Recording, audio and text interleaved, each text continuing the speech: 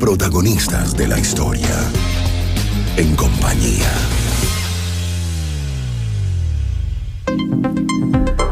Tres 32 minutos de la tarde, seguimos en compañía. 2018 es un año de decisiones trascendentales para Latinoamérica.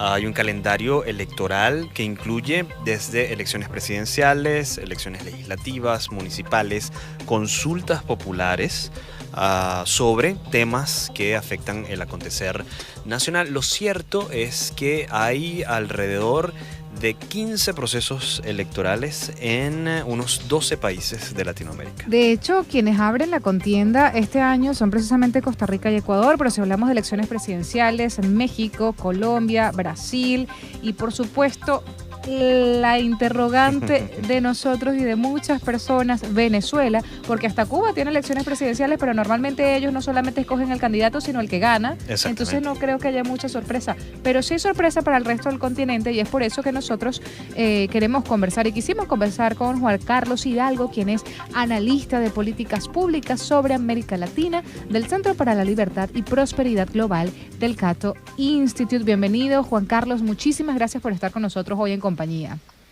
Buenas tardes, ¿qué tal?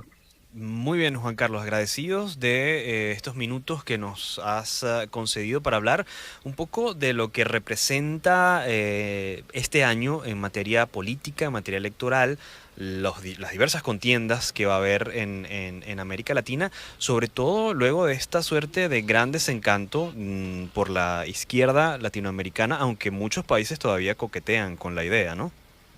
Sí, bueno, va a ser un año bastante interesante. Los tres países más populosos de la región enfrentan procesos electorales, los tres incluso en un halo de bastante incertidumbre.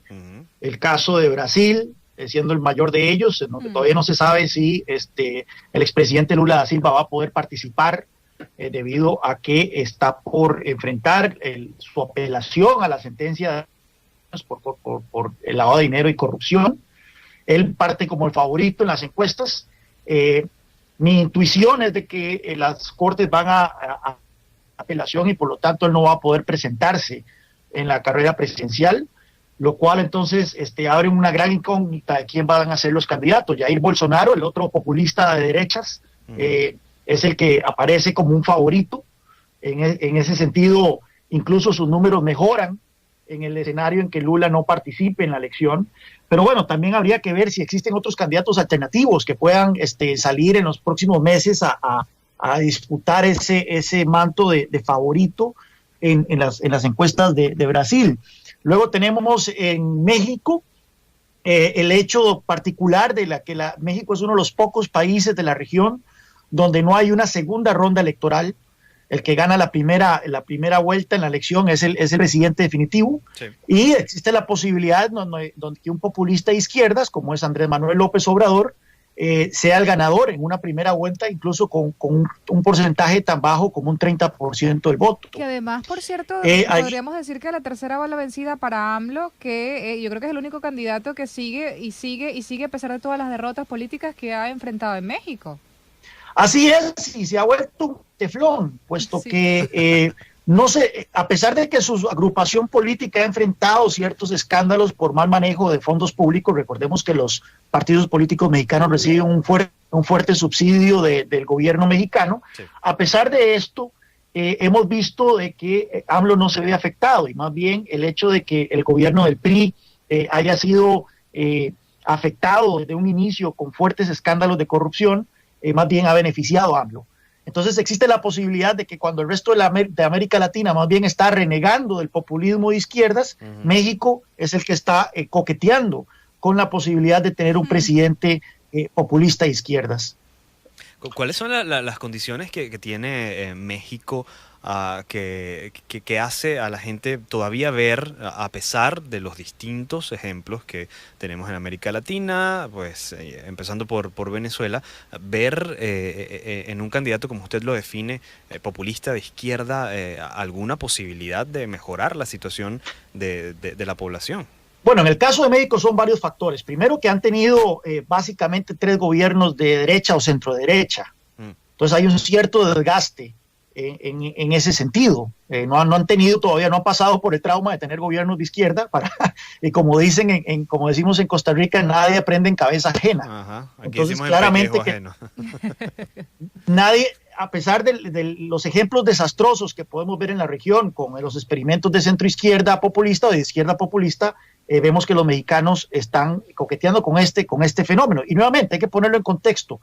El hecho de que en la primera vuelta se pueda ganar la presidencia mexicana, significa que ni siquiera es una mayoría de los mexicanos que están coqueteando con esto. Con solo que sea una pluralidad tan baja como un 30%, ya podría ser suficiente para que Andrés Manuel López Obrador sea presidente.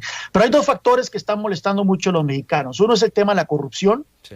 El PRI, que muchos se preguntaban que si el retorno del PRI, si este nuevo PRI que regresó al poder en el 2012 iba a ser un PRI reformista, iba a ser un PRI más transparente, si ya no eran los dinosaurios de antaño. Como me dijo un amigo mío, resultó ser como el dinosaurio de la última película Jurassic Park, un dinosaurio modificado genéticamente, todavía más voraz, todavía más tenebroso. Así es. Entonces, este PRI resultó ser un PRI todavía más corrupto. Entonces el tema de la corrupción tiene muy molestos a los mexicanos. El tema del crimen, México cerró el año pasado como el año más violento desde que existe memoria.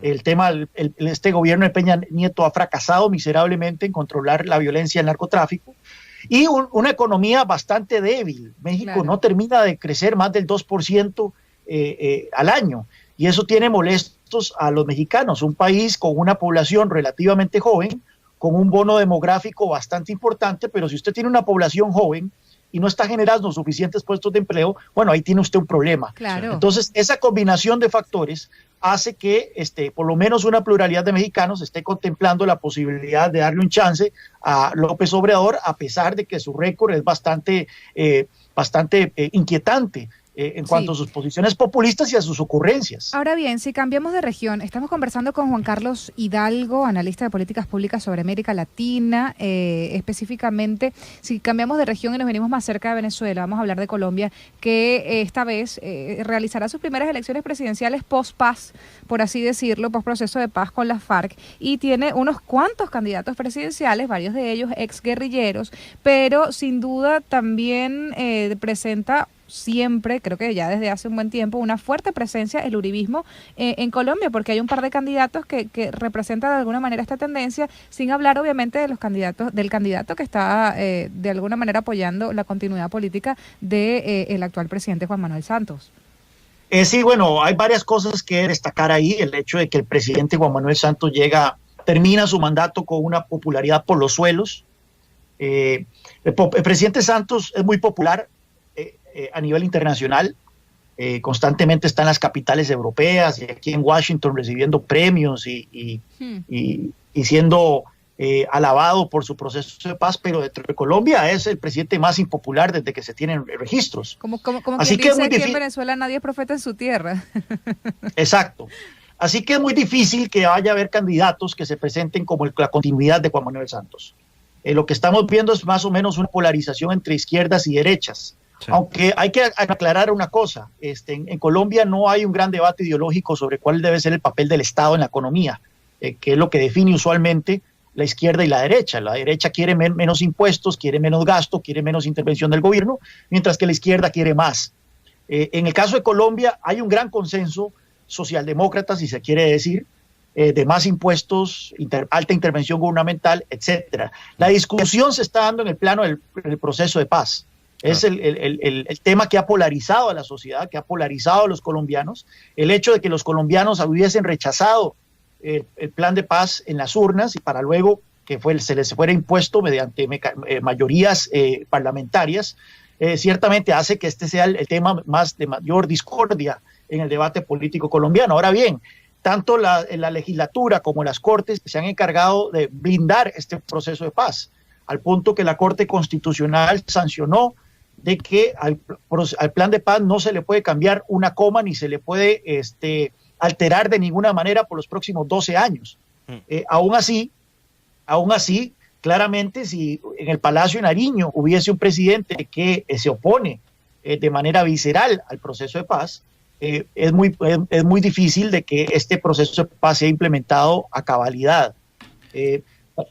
Hay una plétora de candidatos, probablemente lo que vamos a ver en los próximos meses es una consolidación de, por un lado, el uribismo, efectivamente, con un candidato que será el que Uribe santifique, ¿verdad?, el que escoja.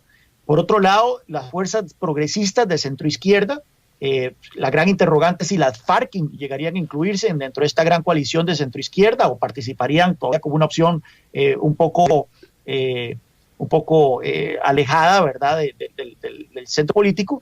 Y por otra parte, la incógnita es si habrá algún candidato de centro, algo así como Vargas Lleras, el vicepresidente, pero nuevamente no sería un candidato que se presente como la continuidad del gobierno de Santos, puesto que eso sería el beso de la muerte político para él. Claro, estamos conversando con Juan Carlos Hidalgo, analista del Centro para la Libertad y Prosperidad del Cato Institute. Nos quedan pocos minutos, Juan Carlos. Lo que sí quisiera conversar con usted es la situación actual de la izquierda, el movimiento de izquierda en general en Latinoamérica. Para muchos está herido de muerte y para muchos otros pareciera estar, como dicen, vivito y coleando. Mira, yo soy un poco menos optimista y siendo alguien que liberal, ¿verdad?, como soy, sobre la supuesta desaparición de la izquierda. Si vemos en América Latina, Lula es el que está encabezando la intención de voto en Brasil. Vemos que en Chile, a pesar de que Sebastián Piñera ganó de manera rotunda en la segunda ronda electoral, casi que un 50% de los chilenos en la primera vuelta votaron por candidatos que prometen más intervención del Estado en la economía. Sí. Vemos que en México nuevamente Andrés Manuel López Obrador es el favorito.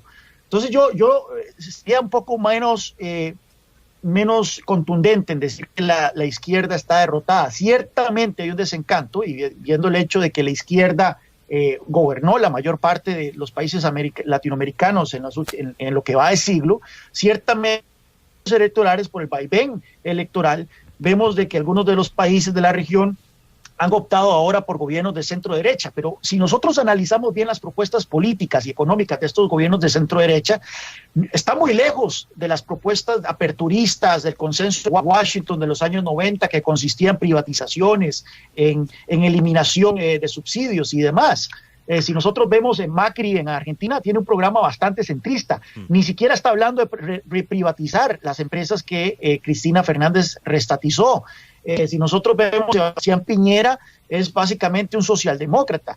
Incluso en el mismo Venezuela, donde la Mesa de la Unidad Democrática, 3 de los 4 principales partidos pertenecen a la Internacional Socialista. Sí, así que yo no veo tampoco el hecho de que el péndulo de la región se haya movido de manera decidida a la derecha o a la centroderecha. Lo que es cierto es se ha movido un poco hacia el centro ante los desastres que en la mayoría de los países dejó la izquierda, principalmente en materia económica. Sin duda, de verdad que muchísimas gracias por el tiempo. Creo que quisiéramos extendernos ampliamente. Nos faltó hablar de Perú, nos faltó hablar de Costa Rica, de muchos otros procesos, pero creo que en líneas generales estamos un poco más claros con lo que sucede hoy en día a nivel político en esta parte del mundo, en Latinoamérica, donde se presentarán tantos comicios electorales. Una vez más, muchísimas gracias. ¿Dónde pudiéramos contactarlo, sobre todo, para conocer un poco más de su trabajo a través de redes sociales y cada uno de los análisis que hace a través del Centro para la Libertad y Prosperidad Global del Cato Institute? Bueno, a través de mi Twitter, @JCHidalgo. Muchísimas gracias. Estábamos escuchando a Juan Carlos Hidalgo, quien es analista de políticas públicas sobre América Latina.